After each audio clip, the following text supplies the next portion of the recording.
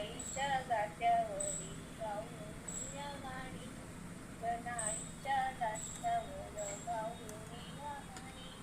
पांडुरंग गेला बाई वेतवया शेणी, पांडुरंग गेला बाई वेतवया शेणी. जनी म्हणे देवा आता काय देऊ नाही, जनी म्हणे देवा आता काय देऊ नाही. पंढरीचा जय जय रघुवीर समर्थ. शिरोडकर आजींची जन्मशताब्दी साजरी करायची ठरवली आणि खूप आठवणी मनामध्ये जाग्या झाल्या. आम्ही गृहलक्ष्मी मंडळ सुरू केलं. त्याच्यामार्फत एक गीता पठणाचा वर्ग आणि दुसरा भजनाचा वर्ग दर आठवड्यातून एकदा असा सुरू झाला. भजनाची जबाबदारी आजींनी घेतली. आजींचं वरती मी एक लेख लिहिलेला आहे. अगदी सगळी त्यांची माहिती त्याच्यामध्ये आहे. ती पूर्वी कधी वाचून दाखवलेली होती. आत्ता ह्या कार्यक्रमामध्ये आपल्याला एवढा वेळ नाही आहे, कारण इतरांचे आपल्याला ऐकायचे आहेत. शिरोडकर आजी म्हटलं की आजोबा, आजी आणि आजोबा असे आमचेच साधना किंवा सुबोध सोसायटीमध्ये आजी आजोबा नावाने हे प्रसिद्ध होते.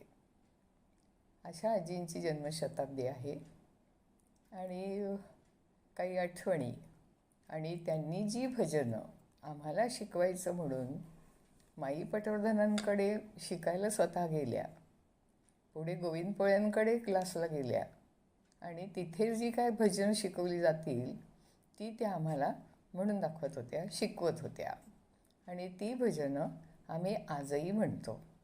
तेव्हा माझ्या दृष्टीने तर आजी आजोबा म्हणजे एक आदराचं स्थान आहे, आधाराचं स्थान आहे. मुद्दाम हा फोटो मी आजींचाच आहे फक्त. तेव्हा आजोबा नव्हते आणि यांची साठी गेली तेव्हा त्या आल्या नव्हत्या साठीच्या कार्यक्रमाला. तेव्हा यांनी असं त्या आल्या नाहीत, त्यांचा फोटो नाही आपल्याकडे, म्हणून संध्याकाळी मुद्दाम आवर्जून आम्ही ज्याला कट्टा म्हणतो, जिथे गणपती बसतो तिथे आम्ही बसून तो फोटो काढलेला आहे. तेव्हा हा कट्टा जिथे आजी नेहमी कायम बसलेल्या असायच्या असा पुष्कळदा पुढे उल्लेख येईल त्याचा. आणि त्याच कट्ट्यावरती त्यानंतर आणखी सोसायटीतली कोणी कोणी यायला लागली आणि मग आणखी रंगायला लागलं. रेडकर काका, काकू, नैरुकर वहिनी किंवा रांगणेकर वहिनी अशा सगळ्या तिथे येऊन बसायला लागल्या. अलका कामत म्हणा किंवा विजू कुलकर्णींची, वरती येता जाता निर्मला ऑफिसमधनं येताना अशा तिथे नातूबाई अशा कोणी येता जाता तिथे टेकवून आजी तिथे असली की तिथे टेकल्याशिवाय त्या पुढं कोणी जायचं नाही. आणि ह्याच्यामध्ये मी संध्याकाळी ह्याच कट्ट्यावरती मुलांकरता संस्कार वर्ग घेत असे आणि साधारणपणे हे ऑफिसमधून त्यावेळेला यायचे आणि यांची सवय होती की बाहेर मुलं असली की सगळ्यांच्याकडून हातावरती टाळी घ्यायची. तर त्याच पद्धतीने आजी पण म्हणायच्या मी पण देते टाळी. म्हणजे मला फक्त सांगायचं एवढंच की इतकं त्या एक कुटुंब आमचं होतं असं, आणि म्हणून हा फोटोमध्ये लावलेला आहे. आता याच्यानंतर ओळींनी तुम्हाला वेगवेगळ्यांच्या आठवणी ऐकायला मिळतील आणि त्यांनी जी भजनं शिकवलेली आहेत ती आपण ऐकूया. मी फक्त ही प्रस्तावना केलेली आहे. जय जय रघुवीर समर्थ.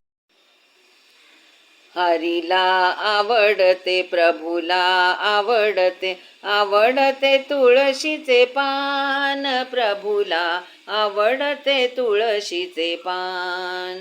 बिंद्र बीजवरा कटिकर गोटा, शोभे पिंपळ पान, हरीला आवडते तुळशीचे पान.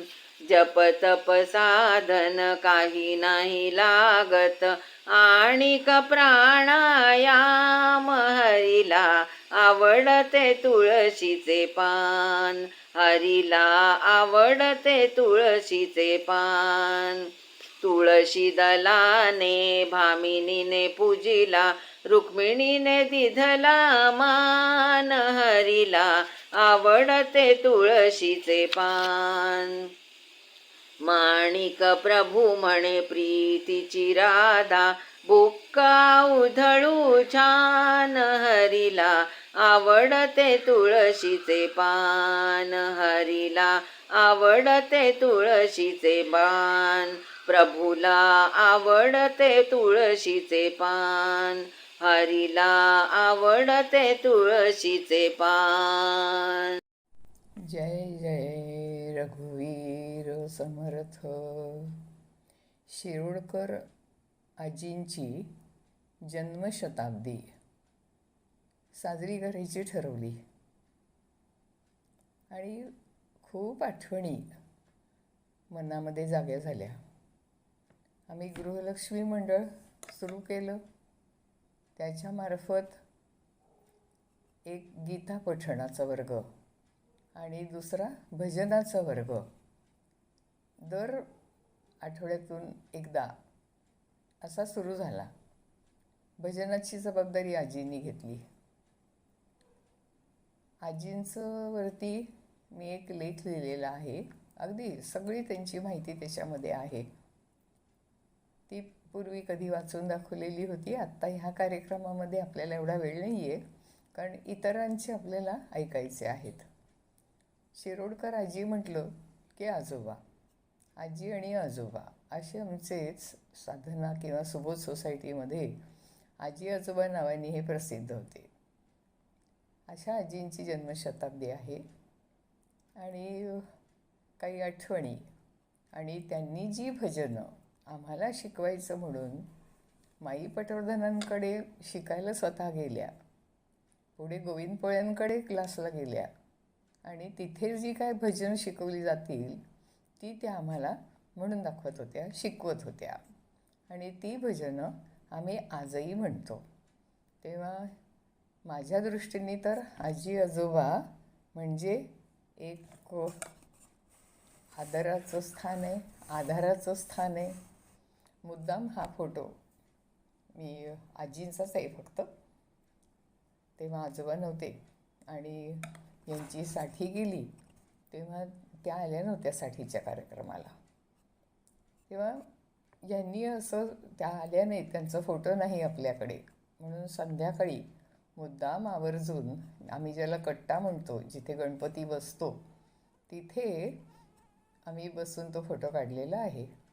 तेव्हा हा कट्टा जिथे आजी नेहमी कायम बसलेल्या असायच्या असा पुष्कळदा पुढे उल्लेख येईल त्याचा.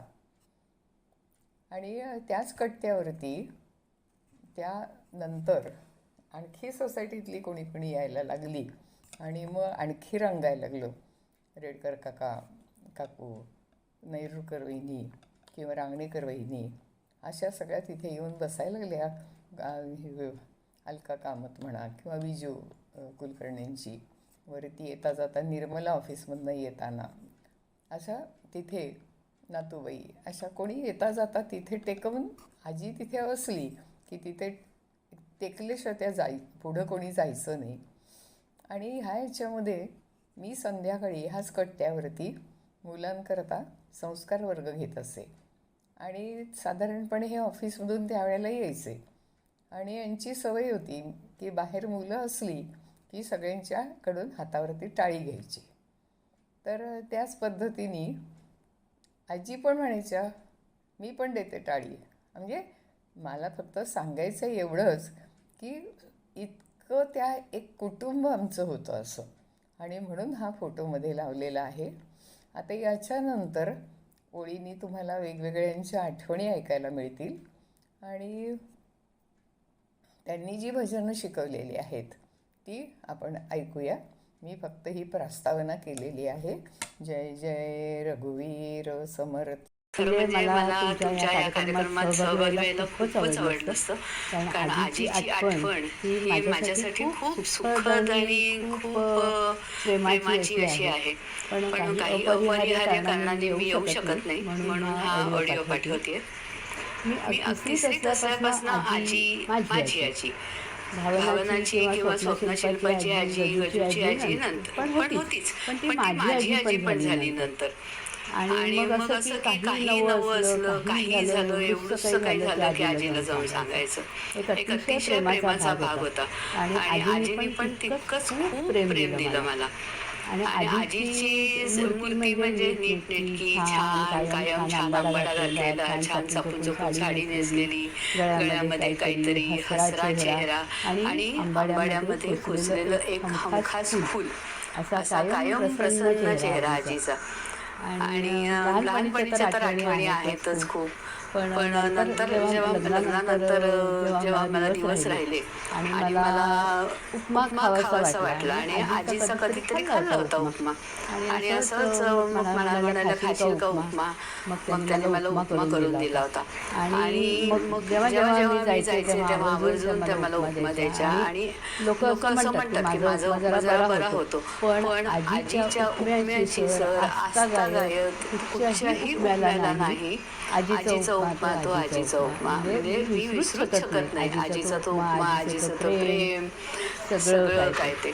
आणि आजीच्या पुष्कळ गोष्टी आजी शेअर करत असे. बऱ्याचशा गोष्टी माहीत होत्या आम्हाला. त्या गोविंद पोळ्यांकडे गाण्याच्या क्लासला जात होत्या, तेव्हा एक दोनदा किंवा घरी कधीतरी ते गाणे ऐकण्याची संधी पण मला मिळाली होती. आणि आजीला तर गाणं कायमच प्रिय होतं.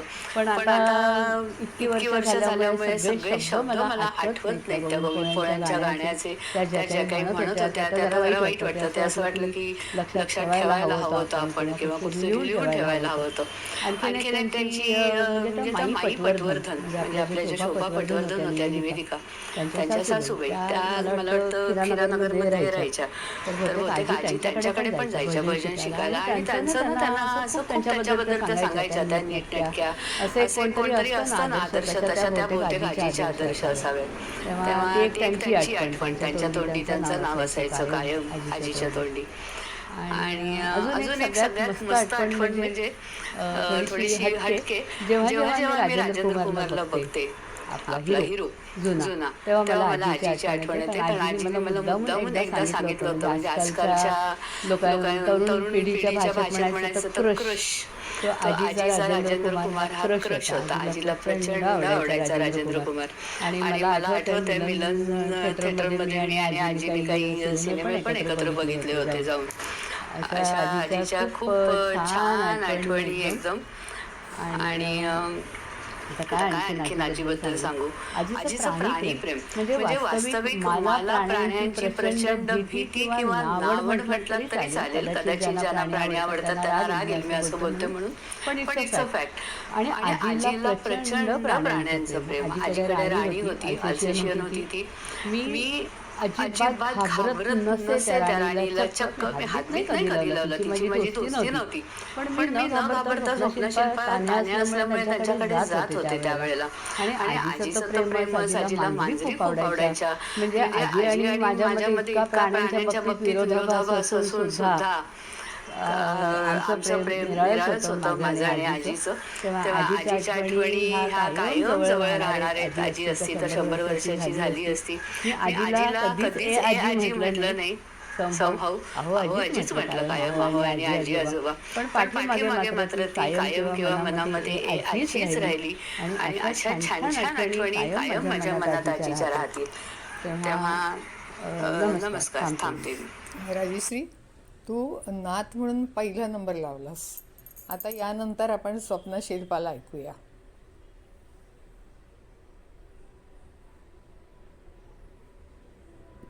मी स्वप्ना देशपांडे, आजीची नात बोलत आहे.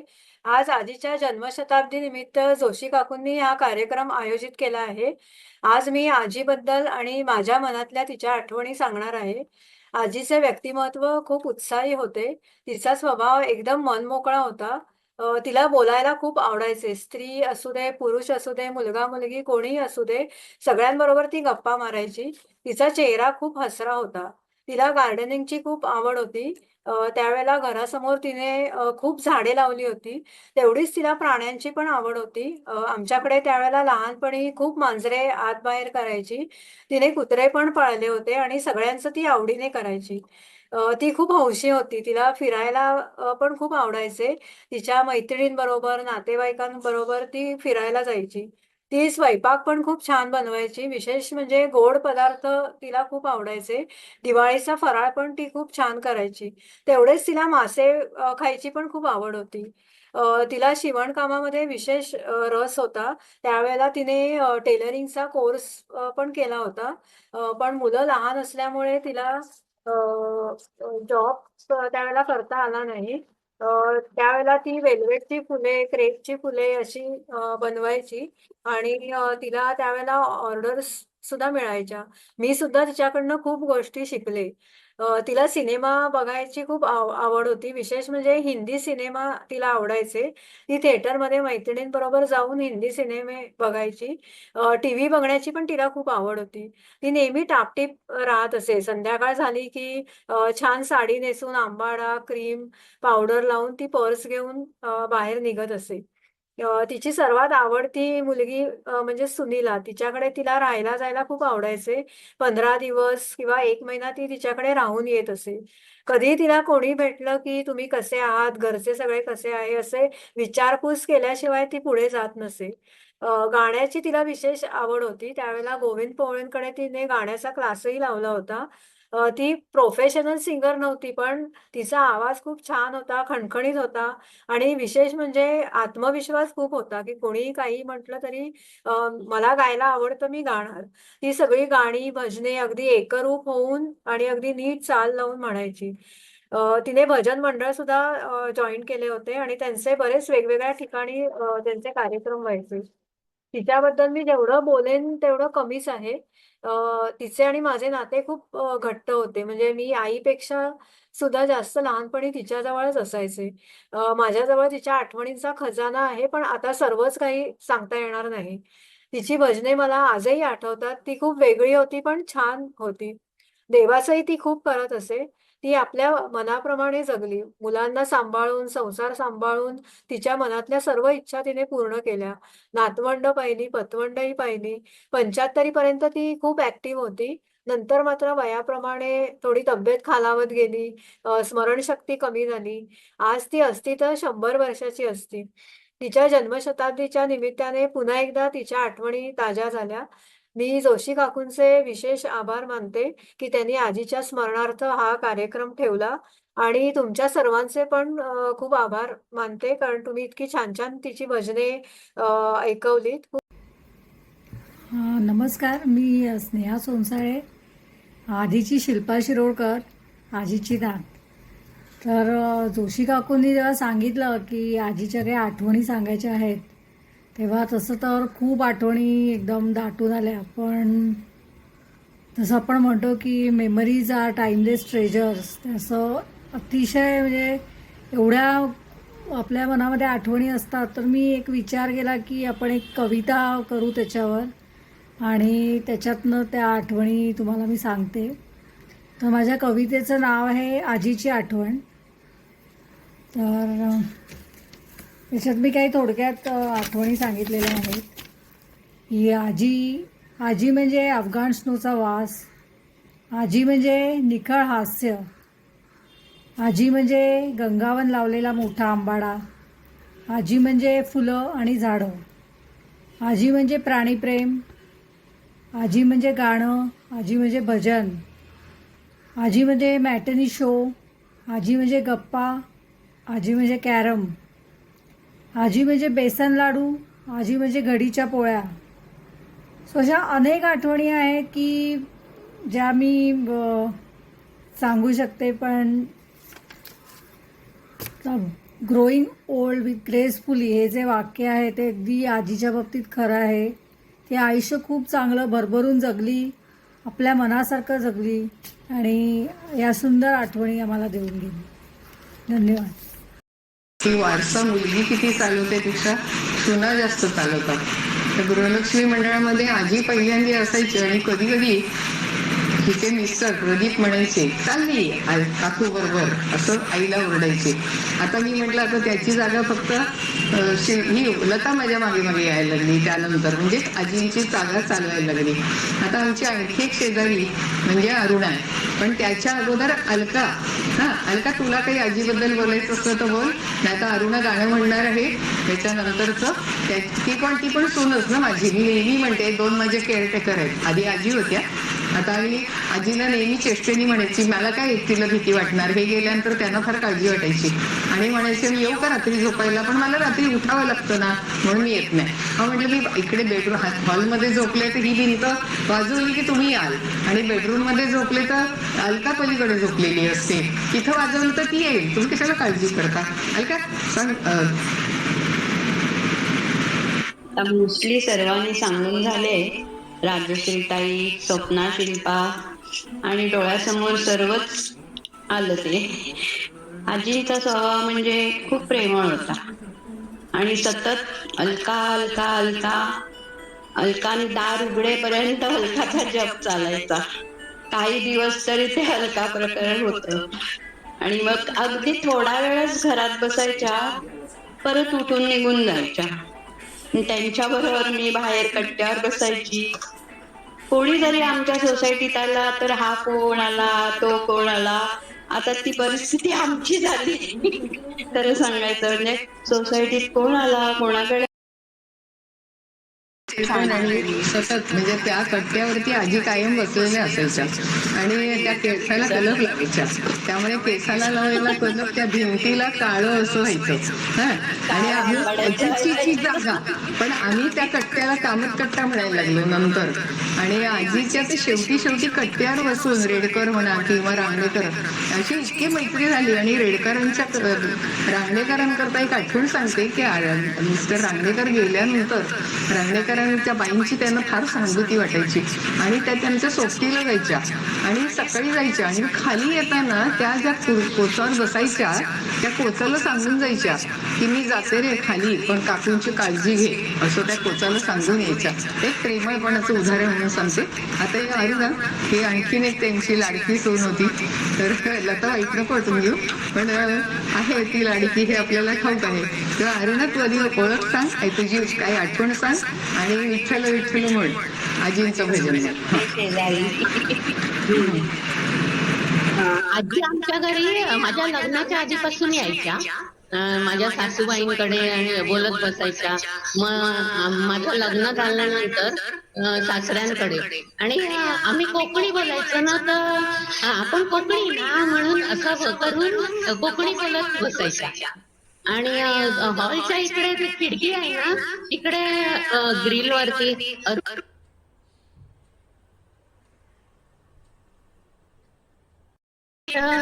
विठ्ठल नयनात विठ्ठल जीवने विठ्ठल गाऊ चला, जीवने विठ्ठल गाऊ चला. मनात विठ्ठल भजनात विठ्ठल, मनात विठ्ठल भजनात विठ्ठल, ध्यानात विठ्ठल आणू चला, ध्यानात विठ्ठल आणू चला. हृदयात विठ्ठल, श्रवणात विठ्ठल, हृदयात विठ्ठल, श्रवणात विठ्ठल, स्वप्नात विठ्ठल पाहू चला, स्वप्नात विठ्ठल पाहू चला. विठ्ठल नामात विठ्ठल कामात, विठ्ठल नामात विठ्ठल कामात, विठ्ठल सेवेत गुंतू चला, विठ्ठल सेवेत गुंतू चला, विठ्ठल सेवेत गुंतू चला. चला. आजींचे फेवरेट ही जी गाणी आहेत ना, आता मध्ये कोणी बोलू नका. आता कार्यक्रमाच्या मध्ये इतरांनी बोलू नका, वेळ थोडा आहे. सांगणार आहे जेवढ्या मला आठवतात तेवढ्या. कारण गृहलक्ष्मी मंडळामध्ये दर मंगळवारी भजनाचा वर्ग होत असे. त्या मंडळामध्ये शिरोडकर आजी आम्हाला भजनं शिकवीत. त्यांची काही ठराविक भजनं त्या आम्हाला म्हणून दाखवत. त्यांच्या पाठोपाठ आम्ही म्हणत असू. त्यांची भजने देवाबद्दलची जास्त असत. ती माझ्या अजून लक्षात आहेत. त्यातील काही भजने माझ्याकडे लिहिलेली आहेत. शिरोडकर आजींबद्दल बोलायचे झाले तर त्यांना कोणाची ओळख पळख लागत नसे. ओळख पाहिजे अशीच नसे. त्या प्रत्येकाशी चांगल्या प्रकारे बोलत, त्यांची विचारपूस करत, काय म्हणतेस, कशी आहेस अशी विचारपूस करत आणि निघून जात. त्यांचा आवाज अगदी खणखणीत होता. त्या भजनामध्ये अगदी तल्लीन होऊन म्हणायच्या. कानाला खूप बरे वाटायचे. त्यांचा ठेंगणा ठुसका बांधा, हसरा चेहरा आणि प्रेमळ स्वभाव अजून डोळ्यासमोर येतो. त्यांनी शिकवलेले एक भजन मी तुम्हाला आज म्हणून दाखवणार आहे. लक्ष्मी मंडळ बंद झालं तरी सुद्धा आम्ही ज्या पद्धतीने भजन वर्ग घेतोय त्याच्यामध्ये लता त्याचं म्हणून मी म्हटलं की लता त्यांची गाणी पूर्णपणे चालवते आहे आणि म्हणून आम्ही ठरवलेली भजन आहेत. आता आरती एक भजन म्हणणार आहे. त्याच्या आधी ती काहीतरी आठवण सांगते आहे. आरती. आम्ही क्लासला बसलेला असायचो आणि आधी नेहमी नाका घेता येते आणि मॅडमना नेहमी हाका मारायच्या. तर त्या म्हणायच्या, आत्ता माझा क्लास चालू आहे, मी इकडेच आहे असं. आणि मला जास्ती काय आठवत नाहीये कारण मी त्यांच्या भजनाला कधी नव्हते. पण आता मी त्यांचं एक भजन म्हणून दाखवते. एक मिनिट आरती. ती जे सांगतेय ना म्हणजे आजीचं माझं असं नातं होतं की त्यांना माझ्या बहुतेक सगळ्या गोष्टी आवडायच्या पण काही काही आवडायच्या नाही. विशेषतः मी त्यांना म्हणायचे, अहो तुम्ही असं वागताना तुम्हाला लोक नावं ठेवतात. ठेवू देत म्हणाले, मला काही बिघडत नाही. आपण मला वाईट लागतं ना तुम्हाला लोक नावं ठेवतात. असं आमचं नातं होतं. आणि विशेष म्हणजे त्या तोंडावर सांगायच्या, तुमचा तो योग मला अजिबात आवडत नाही आणि त्या योगाला इच्छा नाही. म्हणजे 3 ते 4 योग आणि मग नंतर भजन असायचं. भजनला यायच्या. मग मी मगाशी जे सांगितलं की गणपती नंतर त्या घराच्या बाहेरच पडल्या नाहीत मार्च पर्यंत. तर तेव्हा त्या गॅलरीतून मला हाका मारत करायच्या आणि मग यातलं कोणीतरी उठायचं, आजी काकू वर्ग घेत आहेत, तुम्ही आता हाका नका मारू. अजिबात ऐकायचं नाही. आणि लताला तर लता इकडे आलेली असायची ना त्यामुळे त्या मी उठून त्यांना एकदा ओ देईपर्यंत त्यांचे आवाज चालू राहायचा. असं त्यांचं माझं नातं होतं. अरे हे बोल. अरे ती गाणं म्हण. असा कसा बाई माझा भोळा शंकर, असा कसा बाई माझा भोळा शंकर, रावणाला दिले आत्मलिंग काढून, रावणाला दिले आत्मलिंग काढून, सारी पाठ खेळे दोघे मोठ्या हौसेने, सारी पाठ खेळे दोघे मोठ्या हौसेने, शंकराला पार्वतीने घेतले जिंकून, शंकराला पार्वती घेतले जिंकून, असा कसा बाई माझा भोळा शंकर, रावणाला दिले आत्मलिंग काढून, भस्मासुरा वचन दिले भोळ्या शंभूने, भस्मासुरा वचन दिले भोळ्या शंभूने, मोहिनी रूप प्रगट केले नारायणे, मोहिनी रूप प्रगट केले नारायणे, असा कसा बाई माझा भोळा शंकर, रावणाला दिले आत्मलिंग काढून, गिरिजेसाठी शंकर तो वेडा झाला, गिरिजेसाठी शंकर तो वेडा झाला, बिल्लिणीच्या पाठोपाठ नाचू लागला, बिल्लिणीच्या पाठोपाठ नाचू लागला, असा कसा बाई माझा भोळा शंकर, रावणाला दिले आत्मलिंग काढून, भोळा कसा म्हणू माझ्या भोळ्या शंकरा, भोळा कसा म्हणू माझ्या भोळ्या शंकरा. राम नाम मंत्र याने हृदयी ठेवला, राम नाम मंत्र याने हृदयी ठेवला. असा कसा बाई माझा भोळा शंकर, रावणाला दिले आत्मलिंग काढून, रावणाला दिले आत्मलिंग काढून, रावणाला दिले आत्मलिंग काढून. छान. आरतीला हे छान म्हटलं गाणं. गाणंही त्या फार विकार डायरेक्ट इंटरॅक्शन कधी झालं नाही, पण आजी कधी आपण भजनाच्या वेळेस येऊन बसायच्या आणि पर्टिक्युलरली तुम्हाला जे हाक मारायचा तो अजूनही आवाज कानात आहे माझ्या. आणि आजी आवडायच्या मला, त्यांचा प्रेमळ हे असायचा आवाज किंवा बोलणं त्यांचं फार प्रेमळ होतं, ते अजूनही आठवतं मला. आणि एक गाणं म्हणायचा प्रयत्न करतात त्यांचं. कांदा मुळा भाजी अवघी विठाबाई माझी, कांदा मुळा भाजी अवघी विठाबाई माझी, कांदा मुळा भाजी अवघी विठाबाई माझी.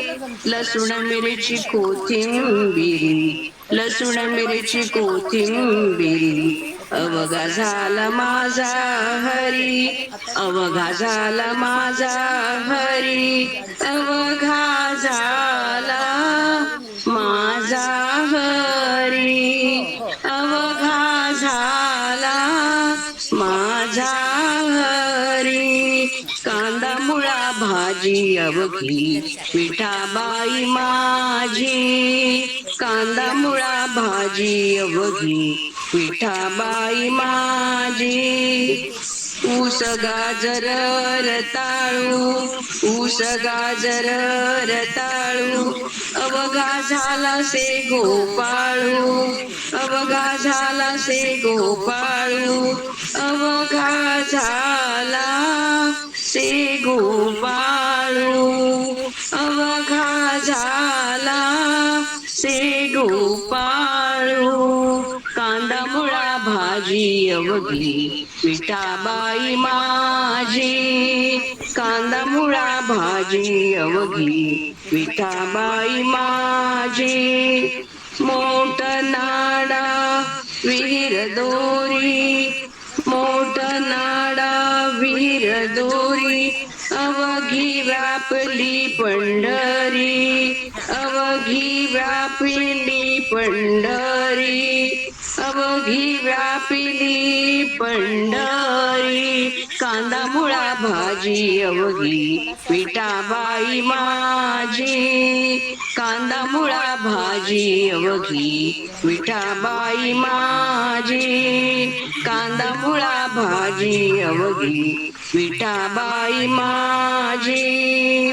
सावता म्हणे केला मळा, सावता म्हणे केला मळा, सावता म्हणे केला मळा, विठ्ठल पायी गोविला गळा, विठ्ठल पायी गोविला गळा. कांदा मुळा भाजी अवघी विठाबाई माझी, कांदा मुळा भाजी अवघी विठाबाई माझी, कांदा मुळा भाजी अवघी विठाबाई माझी. लसूण मिरची कोथिंबिरी, लसूण मिरची कोथिंबिरी, अवघा झाला माझा हरी, अवघा झाला माझा हरी, अवघा झाला माझा हरी, अवघा झाला माझा हरी. कांदा मुळा भाजी अवघी विठाबाई माझी, माझी अवघी विठाबाई माझी, कांदा मुळा भाजी अवघी विठाबाई माझी. छान रंगवलं गाणं सुनीता. वीणाताई म्हणा, कारण वीणाताई पहिलं गणपतीचं म्हणणार होते आपण, तेव्हा जरा प्रॉब्लेम होता, म्हणून सुवर्णाताई शेंडेला माफ करा मला, मी तुमचं गाणं वीणाताईंना दिलेलं आहे. हां सॉरी. हां म्हणा म्हणा वीणाताई म्हणा, एक आठवण सांगा काही सांगायचं असलं तर, आणि कारण तुमचा जास्त सहवास आला आजीशी.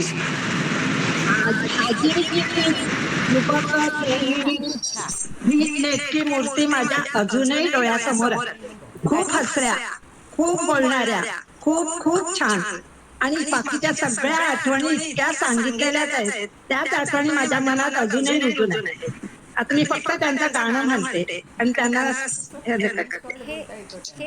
ताळ बोलेची पळीला नाचू माझ्या संग, ताळ बोलेची पळीला नाचू माझ्या संग, देवाजीच्या दारी आज रंगला अभंग, देवाजीच्या दारी आज रंगला अभंग. दरबारी आले रंग, दरबारी आले रंग आणि राव, दरबारी आले रंग आणि राव, सारे करूप नाही भेदभाव, गाऊ नाचू सारे, गाऊ नाचू सारे, हो निसंग, देवाजीच्या दारी आज रंगला अभंग, देवाजीच्या दारी आज रंगला अभंग. ताळ बोलेची पळीला नाचू माझ्या संग, ताळ बोलेची पळीला नाचू माझ्या संग, देवाजीच्या दारी आज रंगला अभंग. जनसेवे पायी कायाजी सवावी, घावा सोसुनिया मनेरी जवाबी, जनसेवे पायी कायाजी सवावी, घाव सोसुनिया मनेरी जवाबी. ताल देऊनिया, ताल देऊनिया, ताल देऊनिया, बोलतो मृदुंग, ताल देऊनिया, बोलतो मृदुंग, देवाजीच्या दारी आज रंगला अभंग, देवाजीच्या दारी आज रंगला अभंग. हरिभजनाचे मी सुख लुटवावे, ब्रह्मानंद ते उडवूनिया जाई, ब्रह्मानंद देहे बुडवूनिया जाई. एक एक खांब, एक एक खांब वार करी होई, एक एक खांब वार करी होई. कैलासाचा नाथ झाला पांडुरंग, कैलासाचा नाथ झाला पांडुरंग, देवाजीच्या दारी आज रंगला भंग, देवाजीच्या दारी आज रंगला भंग. पांडुरंग पांडुरंग पांडुरंग पांडुरंग पांडुरंग पांडुरंग पांडुरंग पांडुरंग पांडुरंग पांडुरंग पांडुरंग पांडुरंग पांडुरंग पांडुरंग पांडुरंग पांडुरंग. छान वाटलं वीणाताई, सुरुवात नाही पण शेवट तुम्ही करू शकलात. तुमच्या मिस्टरांचं असं वैशिष्ट्य होतं, ते कवी होते आणि ते कविता लिहित असत. म्हणजे ही सगळी जी गाणी त्यांनी काही काही जी आहेत ती माई पहिल्या पण सांगायची, पण बरीचशी गाणी त्यातली त्यांनी लिहिलेली असायची पटवर्धनांनी.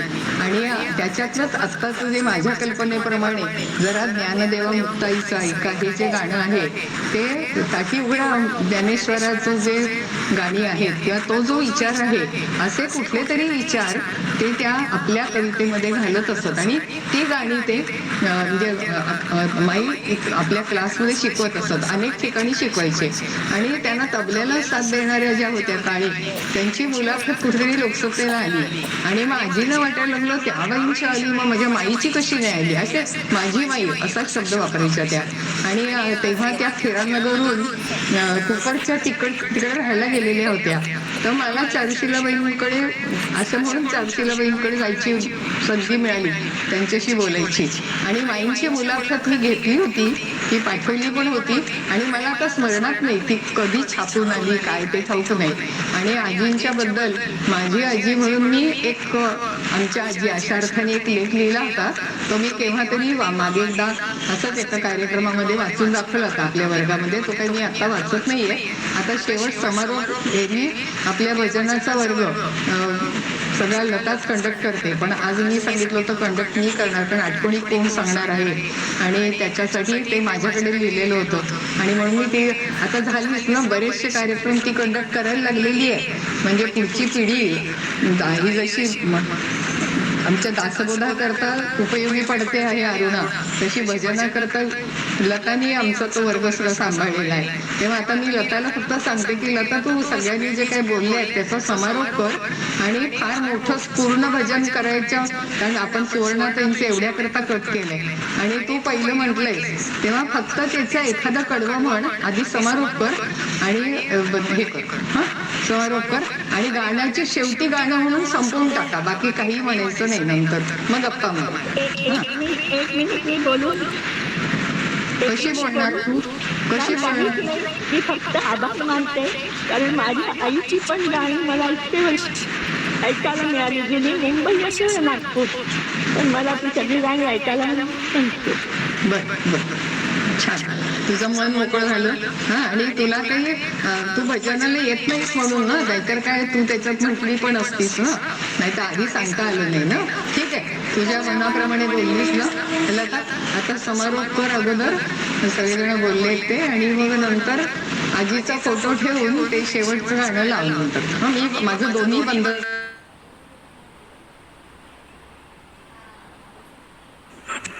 तर सगळ्यांनीच माझ्या सासूबाई म्हणजे मीराताई मोडकर म्हणजे सर्वांच्या आजी त्याच्याबद्दल सगळ्यात बोललेले आहेत. माझ्या मुलीने पण बोललेलं आहे, राजेश्री बोलली आहे, बाकी तुम्ही सगळ्या अरुणा, अनघा, वीणाताई सगळ्यांनीच बोललेलं आहे, अलका बोललेली आहे. आणि मी विशेष आणखीन काही सांगण्यासारखं राहिलेलं नाही, पण एक सांगायचं म्हणजे त्यांचा 8 एप्रिल 1926 त्यांच्या सावर्डा या गावी गोव्यातला जन्म आहे. देसाई कुटुंबात त्यांचा जन्म झाला आणि त्यांच्या घराच्या बाजूने मांडवी नदी वाहते आणि नदीच्या किनाऱ्यावरती दत्त मंदिर होतं. त्यामुळे लहानपणापासूनच त्या मंदिरातले सगळं कीर्तन, कथा, भजन, सकाळ दुपारची पूजा याचा त्यांच्या कानावर नेहमीच हे होत असे. आणि परत नदी व्हायची आणि निसर्ग सौंदर्याने नटलेलं आमचं गोवा गाव, त्यामुळे काही हेच नको, म्हणजे त्यांचं पहिल्यापासून भक्तीमध्ये एकदम त्या हे होत्या. म्हणजे आणि आमची शांतादुर्गा मंगेश कुलदेवी आणि देव, त्यामुळे शंकरावर त्यांची भरपूर श्रद्धा. त्या जेव्हा 70 साली इकडे सांताक्रूजला आल्या, पहिल्या गिरगावात राहत होत्या दुसऱ्या पटवाडी, तिथे शंकराचं देऊळ होतं. तर 1000 बेल देवाला वाहिल्याशिवाय श्रावणामध्ये त्या काही खात नसायच्या. आणि त्यावेळेला त्या म्हणायच्या की वसईवाले टोपलीच्या टोपली बेल आणून द्यायचंय आम्हाला, म्हणजे तेव्हा एवढा बेल सुद्धा महाग नव्हता. आणि भटजी रिकामं झालं देऊळ की हाक मारायचे, चला गेलं तर या, देऊळ रिकामं झालंय, तुम्ही बेल वाहा. आणि त्यांची शेवटपर्यंत श्रद्धा होती. आणि शेवटी ज्या दिवशी त्या गेल्या त्या दिवशी सुद्धा महाशिवरात्रीचा आदला दिवस होता आणि आम्ही पिंडी त्यांच्या समोर ठेवून माझ्या मोठ्या नंदेच्या मुलीने बेल आणला आणि आजी बेल वाहा असं म्हटलं. आणि त्यांचं वर्ष श्राद्ध सुद्धा महाशिवरात्रीला चाललं. म्हणजे असं त्यांचं शंकरावर भयंकर हे होतं. आणि श्रावण महिन्यामध्ये पूर्ण त्या शिवलीलामृत वाचायच्या. म्हणजे पूर्ण महिनाभर त्या ते शिवलीलामृताचं पारायण करायच्या. सगळ्या गोष्टीची आवड होती, सगळं आवडायचं त्यांना. कुठच्याही गोष्टीमध्ये कुठची कला अवगत नव्हती अशी नाही. जेव्हा त्यांनी शिवणाचं हे केला तेव्हा त्यांना बीएमसी मध्ये नोकरी आली होती, पण मुलं लहान असल्यामुळे नोकरी नाही करू शकल्या. तर त्यांना फक्त दोनच गोष्टीचं खंत होती की मी एक नोकरी करू शकली नाही, आणि दुसरं म्हणजे माझे आई वडील एवढे उंच, माझा नवरा एवढा उंच, आणि मीच बुटकी का झाली. मला देवाने काहीतरी मी पूर्वी केलं होतं म्हणून मला बुटकी केली. ह्या दोनच गोष्टीची खंत कायम असायची त्यांना की मी काय एवढी बुटकी झाली असं सारखं त्या म्हणायच्या. आपण माझं आणि त्यांचं 39 वर्ष आम्ही दोघींनी एकत्र, म्हणजे माझ्या बरोबर 39 वर्ष मी त्यांच्या बरोबर हे केलं. म्हणजे सासू आणि सुनेचं सहवास म्हणतात तसा 39 वर्ष आम्ही एकत्र राहिलो. आणि त्या 86 वर्षाच्या म्हणजे 86 वर्षाच्या झाल्यावरती गेल्या. पण एवढ्या हुशार होत्या की शेवटची 6 वर्ष मात्र त्याने म्हणजे त्यांना काही समजत नव्हतं, काही हे होत नव्हतं, म्हणजे लक्षात राहत नव्हतं. आणि वेगळ्याच आजाराने त्यांना हे केलं होतं. पण स्वप्नाचं बाळ बघायचं, स्वप्नावरती अतिशय दोघांचं आजी आजोबांचं प्रेम. माझी 3 मुलं सगळी म्हणायची की तुझीच मुलं, पण स्वप्नावर जास्त प्रेम का? कारण स्वप्ना त्यांच्या सहवासात जास्त वर्ष राहिली. कारण माझ्या शिल्पाचं लग्न लवकर झालं आणि स्वप्नाचं लग्न उशिरा झालं. त्यामुळे स्वप्ना जास्तीत जास्त त्यांच्या जवळ होती. आणि स्वप्ना म्हणायची मी लग्नच नाही करत, मी आजीलाच घेऊन राहते असं नेहमी म्हणायची की मी आजीला घेऊन राहणार म्हणून. आणि स्वप्नाचं बाळ बघितल्यानंतर मग आम्ही 10 सालांमध्ये आमचा अथर्व झाला. आणि फेब्रुवारी मध्ये स्वप्ना आमची सासरी गेली. आणि मार्चच्या 3 मार्चला त्या हे झाल्या. म्हणजे बाळ बघण्यासाठी जसं काय त्या 6 वर्ष एवढा त्रास काढत होत्या असं शेवटी वाटलं. आणि ह्या मुलांनीच तिला पणजी आजी असं नाव दिलं. आणि म्हणून आम्ही सुद्धा शेवटी मला आणि माझ्या मिस्टरांना दोघांना लता प्रदीप असा खंड दिवस घोष असायचा. आणि आम्ही जर नाही हो दिला तर मग जोशी काकू असं सारखं तिघांचं नामस्मरण शेवटपर्यंत चालू होतं त्यांचं. आणि असं 6 वर्ष त्यांनी त्रास केला. आणि म्हणजे स्वतःला त्यांना त्रास झाला, आम्हाला पण खूप. म्हणजे त्यांचा जो आजार होता तो सहन न करण्यासारखा होता. त्यांना युरिनचा खूप त्रास झालेला होता आणि मेमरी पण लॉस झाली होती. आणि एवढ्या हुशार बाईचं शेवटी असं व्हावं हे आम्हाला, म्हणजे त्यांना काय येत नव्हतं असं नाही, सगळ्या कलांमध्ये त्या हुशार होत्या. पाककला, शिवणकला. आपल्या गृहलक्ष्मी मंडळामध्ये वेलवेटची फुलं शिकवायचा सुद्धा त्यांनी क्लास घेतला होता. प्लास्टिकच्या पिशव्यांच्या काय वेगवेगळं बनवायच्या, त्या हे करायच्या. म्हणजे इतकी आवड होती ना सगळ्या गोष्टीची. गोविंद कोवळेंकडे पार्ल्याला रमाबाई मध्ये जाऊन गाणं शिकल्या, परीक्षा दिली. आणि शेवटी मला दुसरी परीक्षा द्यायची तर मला येणं शक्य नाही. तर गोविंद कोवळे म्हणाले की तुम्ही 4 माणसं एकत्र करत असला, 4 जण जर असेल तर मी तुमच्या पदवी देऊन शिकवेन. आणि तुम्हाला सगळ्यांना माहिती आहे शालाका कर्णी हिच्या घरी त्या माझी मुलगी आणि अर्वसू मध्ये आशा यन्नवडी म्हणून राहत होत्या. त्यांची दुसरी मुलगी अल्पना, या चौघींनी मिळून तिथे क्लास सुरू केला. आणि गोविंद कोवळे तिथे येऊन शिकवत होते. तिथेच माझा मुलगा त्यांच्याकडे तबला शिकायला जात होता आणि तबला पण तो शिकला तिकडे. आणि गोविंद कोवळेंकडे अशा प्रकारे 65च्या नंतर त्यांनी गाणं शिकल्या. म्हणजे माझा आवाज फार सुंदर नाही पण मला गायचंय म्हणून अगदी हट्टीपणाने तिथे. आणि शलाका त्यांच्या जोडीला येत होती आणि ती हार्मोनियम वाजवायची आणि गोविंद कोवळे तिथे येऊन क्लास शिकवायचे. एवढं त्यांना सगळ्या गोष्टीबद्दल आवड होती, प्रेम होतं. थोडस असं घर असल्यानंतर एकमेकांची भांडायला लागतं, पण तितक्याच प्रेमळ होत्या. आणि कशाबद्दलही म्हणजे स्वतः टापटीप राहण्यापलीकडे त्यांना कोणाच्याही कुठच्याही गोष्टीबद्दल हेवा नव्हता, ठाव नव्हती. दागदागिने म्हणा किंवा प्रॉपर्टी म्हणा ह्याच्याबद्दल त्यांना इंटरेस्ट नव्हता. त्या आपलं वजन. आणि नाना आणि माई ही त्यांची मोठी दैवत होती. नाना ज्या आता काकू म्हणाल्या ते नाना, त्यांना नाना म्हणायचे माईंच्या मिस्टरांना. तर त्या नानांबद्दल आणि माई माईबद्दल कोणी जरा काही बोललेलं त्यांना चालायचं नाही. आणि एक मुक्ताबाई म्हणून त्यांना आई मानायची. आणि तिने माझी आई म्हणून तिने 75 यांची साजरी केली होती सारस्वत कॉलनीमध्ये. आणि सगळ्या बहुतेक कोकणी बोलणाऱ्या होत्या. आणि कोकणी बोलणारं कोणी भेटलं की त्यांना अगदी भरून आल्यासारखं व्हायचं. म्हणजे ती भाषा त्यांची मातृभाषा असल्यामुळे त्यांना ती खूप आवडायची. अशा प्रकारे त्यांनी आपलं हे सगळं 86 वर्षापर्यंत एकदम ह्याच्यात झालं की फक्त शेवटची 4-5 वर्ष 75 नंतर त्यांना काही तेवढं काही जमत नव्हतं आणि लक्षातही राहत नव्हतं. पण आयुष्य त्यांनी एकदम आपलं आनंदात घालवलं.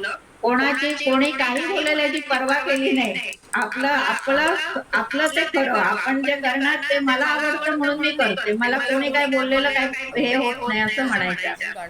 नमस्कार. तर त्यांचंच हे माईच्या नानाने लिहिलेलं हे गाणं असेल असं. तर ते मी एक कळवं फक्त म्हणून दाखवते. सोडून असा फोटो लाव, आजींचा परत फोटो दाखव आणि मग गाणं म्हण. हवी तर तुझ्या समोर घेतो फोटो, तुला बॅक कॅमेरा मांडलेला आहे ना त्याच्यामुळे मी तिकडे मग बॅक कॅमेरा घे. मी नाही दिसली तरी आवाज येईल ना तुम्हाला. हो, तुझा आवाज येईल. म्हणूनच ते दाखव. जे शेवट आपण सुरुवात केली तसा शेवट होईल.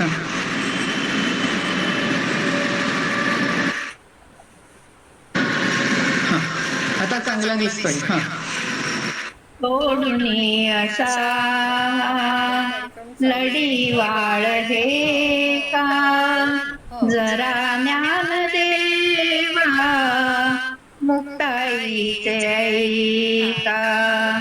जरा ज्ञान देवा मुक्ताईचे ऐका.